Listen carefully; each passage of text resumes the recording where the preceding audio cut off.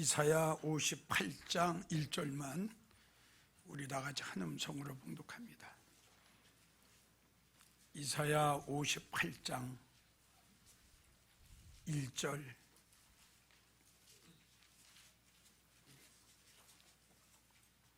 시작. 크게 외치라. 아끼지 말라. 내 목소리를 나팔같이 날려 내 백성에게 그 허물을, 야곱 집에 그 죄를 구하라. 다시 한번요. 시작. 크게 외치라. 아끼지 말라. 내 목소리를 나팔같이 날려 내 백성에게 그 허물을, 그 죄를 구하라. 나에게 가장 중요한 것이 무엇인가? 나에게 믿음 생활하고 있는 성도들에게 가장 중요한 것이 무엇인가? 이 물음에 나는 정확하게 나에게 지금 가장 중요한 것은 무엇입니다라고 대답할 줄 아는 성도가 되어야 된다고 나는 생각합니다. 물론 성도들의 믿음에 따라서, 환경에 따라서 다 틀리죠. 잘 들으세요.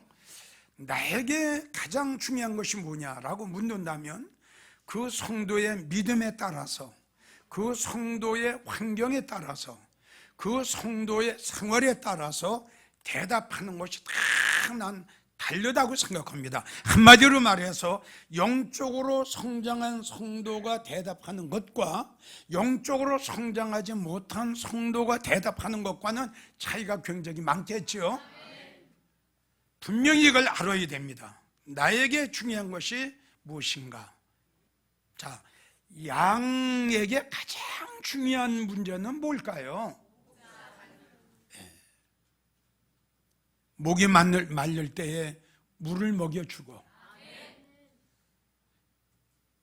배가 고플 때에 잔잔한 물가로, 푸른 초장으로 그 양떼들을 잘 끌고 가고 잘 인도해서 오염되지 아니하는, 더럽혀지지 아니하는 이 아주 깨끗한 꿀을 먹여줄 수 있는 이 목자를 만난 것이 참 그 양에게는 가장 축복이요, 가장 중요한 문제 아니겠어요?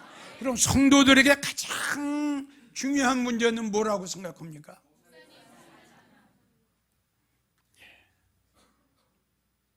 성도들에게 가장 중요한 거, 가장 소중한 거, 정말 중요한 것은 내가 어떠한 목사를 만났느냐, 이것이 가장 중요하다고 그랬죠. 전에도 여러분들에게 말씀을 드렸어요. 어떠한 목사를 만나느냐에 따라서 내가 영적으로 살 수도 있고 영적으로 죽을 수도 있고, 어떤 목사를 만나느냐에 따라서 내가 믿음 안에서 성공할 수도 있고 믿음 안에서 다 실패할 수도 있다. 이게 얼마나 중요한 문제입니까? 내가 누구를 만나느냐, 어떤 목사를 만나느냐.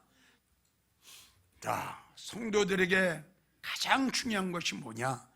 제일 첫 번째, 아닌 거는 아니라고. 할렐루야. 아닌 거는 아니라고 바로 가르치고 책망할 줄 아는 이러한 목사가 성도들에게는 아주 중요합니다. 아닌 것을 기라고 하는 목사를 만나면 그 성도 어떻게 되겠어요? 진리를 가지고 비진리를 가지고 진리라고 이야기를 한다면 그 성도를 어떻게 되겠어요?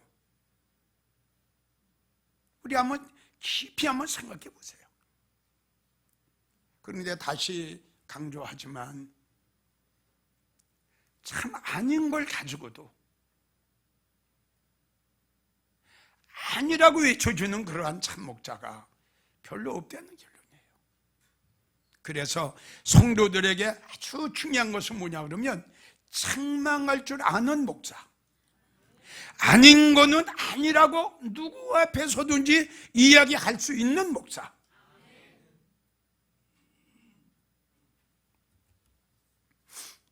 성도는 성도님은 지금 영적으로 죽어 있습니다. 성도님의 지금 믿음은 야고보 2장에 나오는 행함이 없는 죽은 믿음 가지고 있어. 지금 전혀 행함이 없잖아.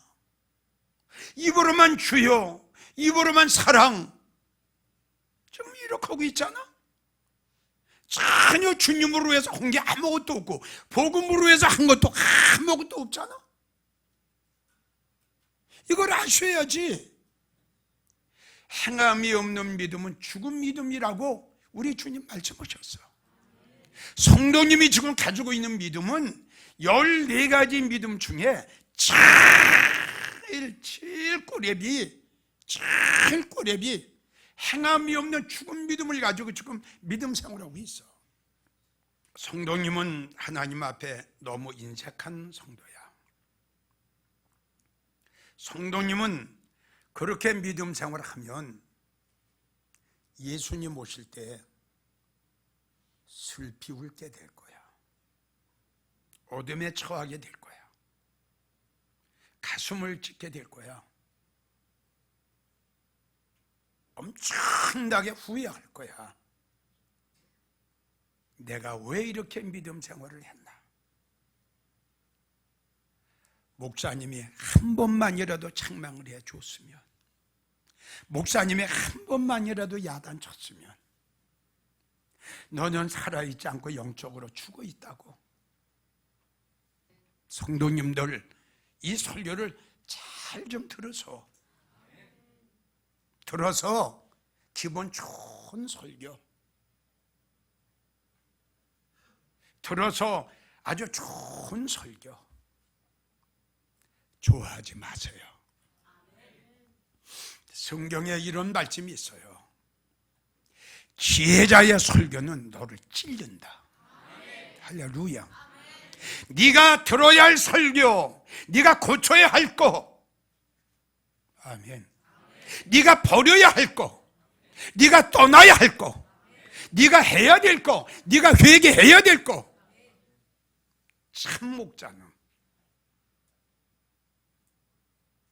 이렇게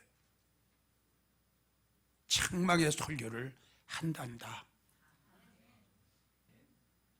하나님이 에스겔 선지자에게 두루마리를 주셨지. 뭐라고 그러셨어? 뭐라고 그러셨어? 전해라. 타락되어 가는 이 백성들에게 전해라. 하나님의 심판이 가까웠다고. 아이고, 하나님 나 안 가렵니다. 왜 안 가냐? 안 들어요. 안 들어. 그렇게 애원을 했는데도 하나님 안 들어요. 에스겔아, 듣든지, 아멘, 안 듣든지 상관하지 마. 네가 해야 할 일은 가서 나 팔마 불어. 이렇게 해줘야 돼. 목사. 듣든지 안 듣든지 외쳐줘야 돼.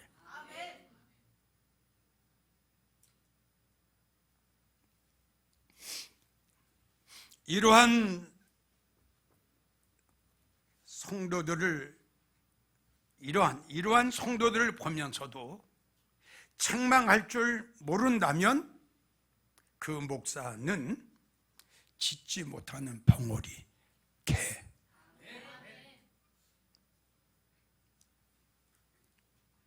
내가 지금 짖지 못하는 벙어리 개라 그러면 여러분들 불행해져. 왜 불행해져? 우리 주님은 토족까지 오신다고 그랬어. 깨어있는 종은 새벽인지 낮인지 밤인지 저녁인지 알 수가 있어. 믿어져요? 그러니까 지금 이렇게 성령이 소멸됐는데도, 은혜를 쏟았는데도, 싹군 목자한테, 거짓 목자한테 끌려갔는데도, 미혹을 당하고 유괴를 당하면서도, 죽었는데도 살아있는 걸로 이걸 보면서도 외쳐주지 않고 책망하지 아니하는 목사는 벙어리 개다 이겁니다. 그래서 이사야 56장을 보면 그 파수꾼들은 소경이요. 소경이요. 영적 소경이에요. 시대를 몰라요. 우리가 살고 있는 때가 어느 때인지 시대를 몰라요. 영적 소경이에요. 무지하며 미련한 목사예요. 벙어리 개라. 짓지 못하며 꿈꾸는 자여 이 땅의 소망이에요. 믿어주면 아멘. 꿈을 꾼다는 것은 하늘의 소망이 아니라 이 땅의 소망이에요. 여기서 출세해야 되기를, 여기서 성공하기를 원하고, 여기서 이름 있는 목사가 되기를 원하고, 여기서 행복하게 살기를 원하는 목사, 이런 목사를 가지고 주님 말씀하시기를, 너 꿈꾸고 있구나. 너 꿈꾸고 있는 목사. 잠자기를 좋아하는 자니, 잠자기를 좋아한다는 것은 뭐냐? 편안하게 목회하는 거예요. 말씀 보기도 싫어해요. 기도하기도 싫어해요. 하나님의 일하는 걸 싫어해요. 싫어해요. 잠자기를 좋아해요. 편안하게 목회하기를 원해요. 이들은 자기 이익만 도모하는 자들이다. 뜻은 뭐야? 양은 죽거나 말거나. 믿어져요? 양은 죽거나 말거나, 굶주리거나 말거나, 파리한 양이 되거나 말거나, 비틀비틀거리며 영혼의 양식을 찾아 헤매 다니든 말든 상관없어요. 자기 이익만 구해요. 몰각한 목자예요. 탐욕이 너무 심해.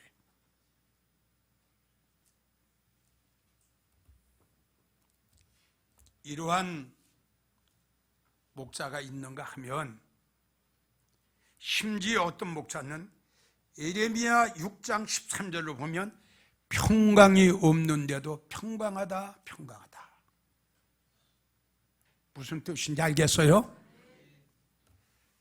은혜가 없어요. 주님이 안 계세요. 성령 소멸됐어요. 말씀도 없어요. 하늘의 소망도 없어요. 마음의 평강도 기쁨도 없어요. 그런데 이 목사님 보세요. 됩니다, 됩니다. 삽니다, 삽니다. 알곡입니다, 알곡입니다. 평강하다, 평강하다. 하나 어떻게? 평강이 없어요. 성령이 없어요. 은혜가 없어요. 주님이 안 계세요. 말씀이 없어요. 기쁨과 즐거움과 평강이 없어요. 그러면서도 어느 목사인가는 있다는 거예요, 글쎄.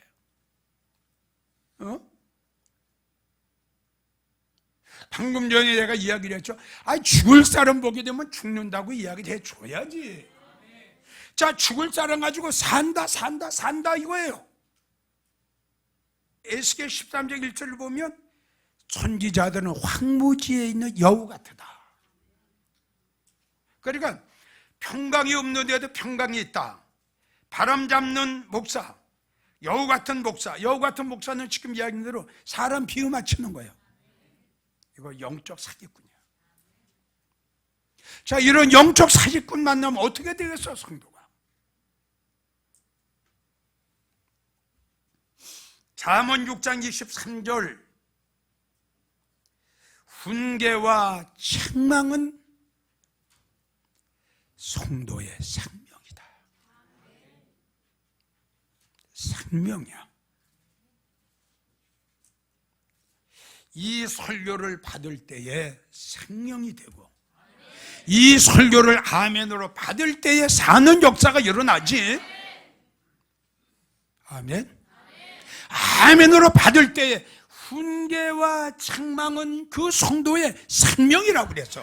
이걸 아멘으로 받아야 그 성도가 사는 거야. 생명이야, 생명. 책망은 생명이라고 그래. 생명.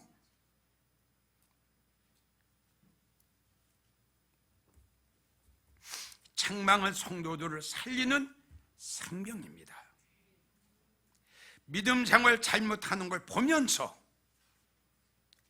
책망을 안 하는 목사는 요한복음 10장 12절에는 싹군 목자요, 성도를 죽이는 목자입니다. 잘 이해가 갑니까?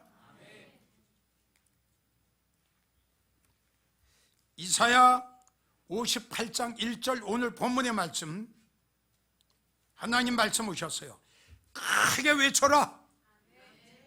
사람 눈치 보지 말고 외쳐라. 이 백성들의 믿음 생활 잘못하고 타락에 연속을 하는 저들의 죄를 고하게 하라. 할렐루야. 외쳐줘야죠. 회개하라고. 잘못하고 있다고 외쳐줘야죠. 내 말 아니에요? 오늘 본문의 말씀에 하나님께서 이사야 선지자에게 하신 말씀, 이사야 선지자야, 너는 크게 외쳐라. 제사장 눈치 보지 말고, 장로 눈치 보지 말고, 바리새인 눈치도 보지 말고, 어느 사람 눈치도 보지 말고 외쳐라. 회개하라고. 크게 외쳐라. 이렇게 외치는 목사가 나와야 한국교회 성도들 살지요.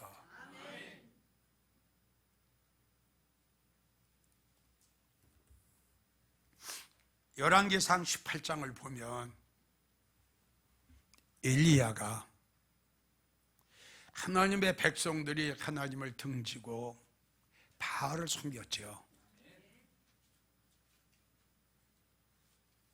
그때나 지금이나 어쩌면 이렇게 똑같아. 에? 하나님을 배신, 하나님을 배도, 하나님을 배역, 하나님을 거역, 하나님의 말씀을 무시. 이러면서 지금 우상들에게 절하고 있잖아. 엘리야 시대 때도 똑같아. 많은 사람들이 다 바알에게 무릎을 꿇은 거야. 다 바알을 섬기는 거야. 어떠한 사람도 하나 외쳐주는 사람이 없었어. 엘리야 하나였어요. 당신네들이 지금 섬기는 바알은 하나님이 아니고 참신이 아니고 진리가 아니다. 이단이다. 이단. 그 대신이다. 엘리야 혼자서 외쳤어요. 그리고 엘리야가 이렇게 외쳤어요. 이스라엘 백성들을 향해서 하나님의 단이 무너지고 있다. 하나님의 교회가 더럽혀지고 있고 하나님의 교회가 망가지고 있다. 성결하고 정결하고 깨끗하고 거룩해야 될 하나님의 단이 이렇게 무너지고 이렇게 망가지고, 말라기 1장을 본 말라기 선지자가 외칩니다. 하나님의 단이 더럽혀져 가고 있다고. 말라기 선지자가 이렇게 외쳤건만 그 당시에 하나님의 말씀을 외치는 자들이 하는 말 좀 보세요. 언제 내가 하나님의 단을 더럽혔냐? 언제 내가 하나님의 교회를 더럽혔어? 어쩌면 그때나 지금이나 이렇게 똑같아요. 하나님의 단을 망가뜨리고 하나님의 나를 더럽히고 하나님의 단을 무너뜨리게 하면서도 누가 하나 지금 깨달았습니까? 누가 하나? 내가 언제 우상을 섬기는 자들을 데려다가 하나님의 단을 망가뜨릴 때까지 망가뜨려 놓고도 깨닫지 못하면서 내가 언제 하나님의 단을 더럽혔느냐? 지금 이렇게 나오고 있잖아요. 말라기 선지자가 외쳤지만은 어느 누구 하나 그 외침에 귀를 기울인 자들이 없었어요. 참 이러한 엘리야와 같은, 말라기 선지자 같은, 이사야 선지자 같은 이러한 주의 종들이 우리 성도들에게는 중요해요. 두 번째, 성도들에게 중요한 것이 뭐냐? 성도들의 영혼을 위해 가슴 아파해서 밤마다 울고 있는 목자. 내 영혼을 위해서. 아멘. 내 영혼 때문에, 나 구원 때문에. 예수님 오실 때 버림받지 않을까? 저거 환난 속에 들어가지 않을까? 마태복음 7장에 나오는 것처럼 주여 주여 난 너를 도무지 몰라. 이러한 성도가 되지 않을까? 이걸 염려를 해가지고 가슴 아파해서 울어. 이런 목사가 나에겐 필요해. 나에겐 중요한 거야. 뭐가 중요해? 나의 영혼을 위해서, 나의 구원에, 나의 문제를 위해서, 나의 장래를 위해서. 혹시 예수님 오실 때 버림받지 않을까? 어둠에 처해서 이를 갈고 몸부림치고 후회하지 않을까? 저렇게 믿음 생활하면 틀림없이 후회할 텐데. 저렇게 신앙생활을 하다가 가슴을 찢으며 정말 후회할 텐데. 후회해서도 될 일이면 얼마나 좋겠어. 마태복음 25장을 보세요. 버림받은 다섯 처녀가 주여 주여 내가 왔사오니 문을 열어주소서 했죠. 문이 열렸나요? 안 열렸어요. 기회를 놓쳤단 말입니다. 회개해야 할 기회를 놓쳤고요, 돌아서야 할 기회를 놓쳤고요, 회개해야 할 기회를 놓쳤어요. 결단해야 할 기회를 놓쳤단 말입니다. 예? 문을 두드렸어요. 준비해가지고 와서 기회 놓쳤어요.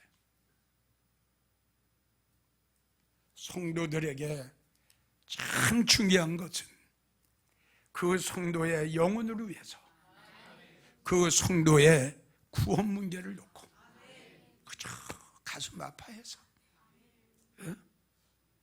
밤마다 기도할 때마다 예수님,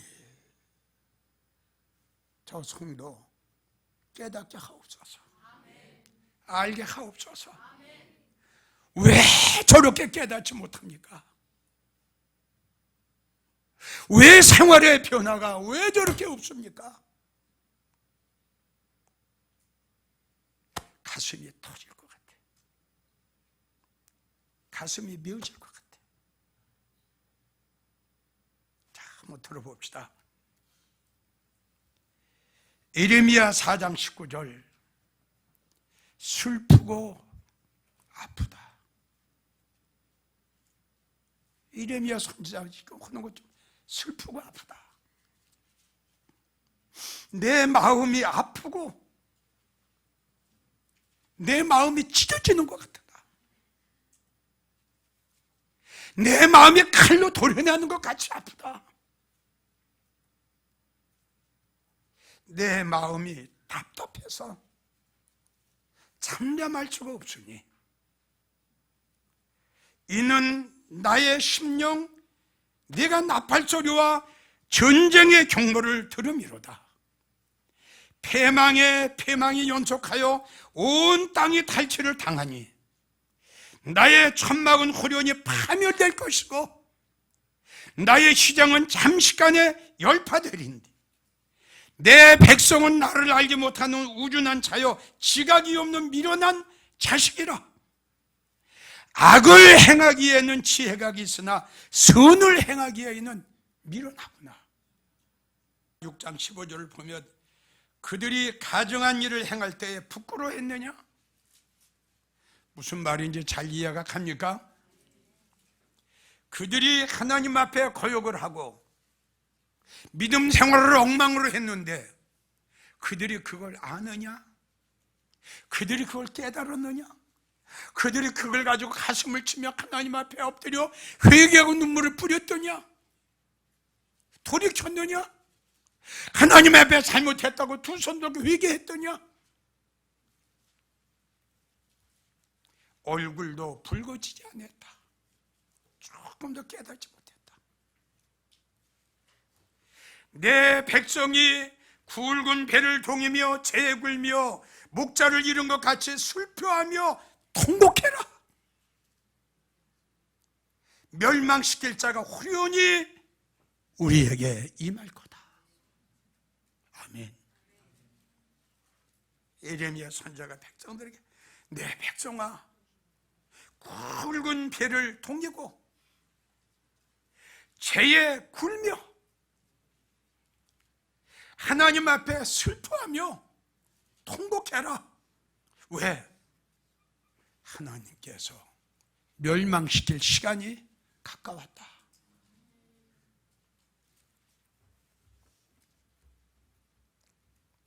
들어도 깨닫지 못하고 들어도 회개할 줄 모르는 이스라엘 백성들 때문에 예레미야 선지자는 밤마다 애곡한다고 그랬어요.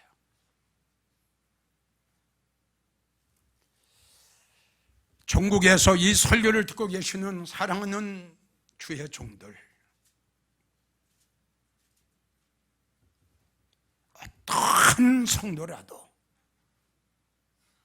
하나님의 말씀을 거역하고 믿음 생활을 엉망으로 한다든가 예배 생활을 엉망으로 하면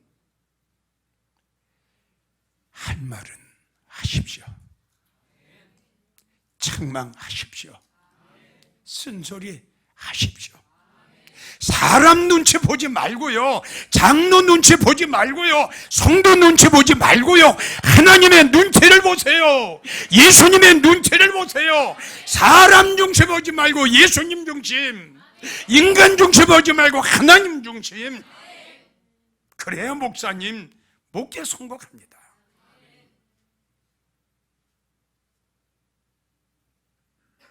그리고 목사님들, 예레미야 선지자처럼 성도들의 영혼을 위해서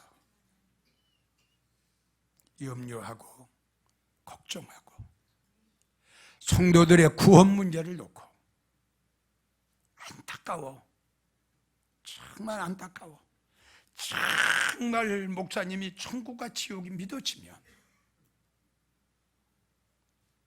정말 목사님이 우리 예수님 오실 때 알고가 쭉정이를 그리고 양과 염소를 심판하는 걸 믿어지신다면,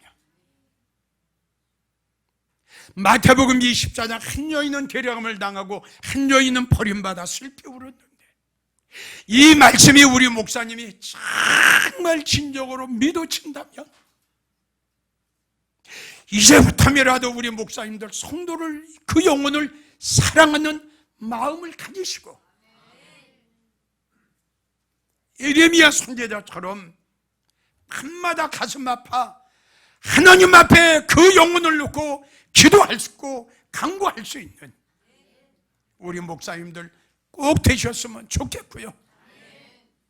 사랑하는 주의 성도들에게는 무엇보다도